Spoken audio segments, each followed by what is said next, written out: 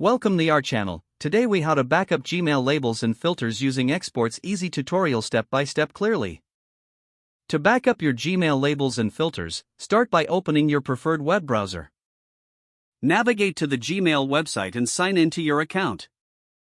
Once you're logged in, locate the gear icon in the upper right corner of the screen. Click on the gear icon to open the settings menu. From the drop-down, select See All Settings to access the full settings menu. In the Settings menu, go to the Filters and Blocked Addresses tab. Here, you will see a list of your filters. To export these filters, scroll to the bottom of the page and click on Export. This action will download an XML file containing all. Next, to backup your labels, return to the main Settings menu by clicking on the Labels tab.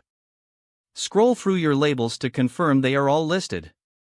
To export your labels, you will need to use Google Takeout.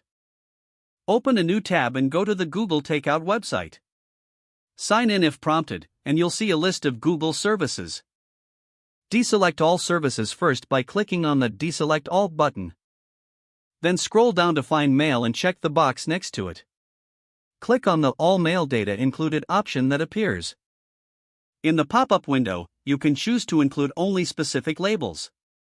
Select the labels you want to backup by checking their boxes. After making your selections, click on the OK button to confirm. Scroll down and click on the Next Step button.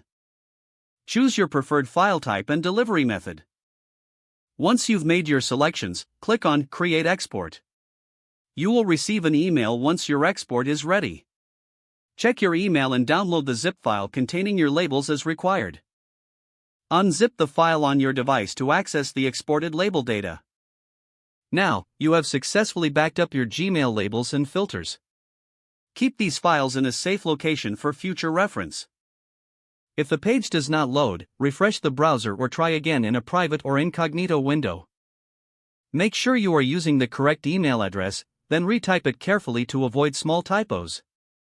Don't forget to like this video and subscribe to our channel for more step-by-step tech guides.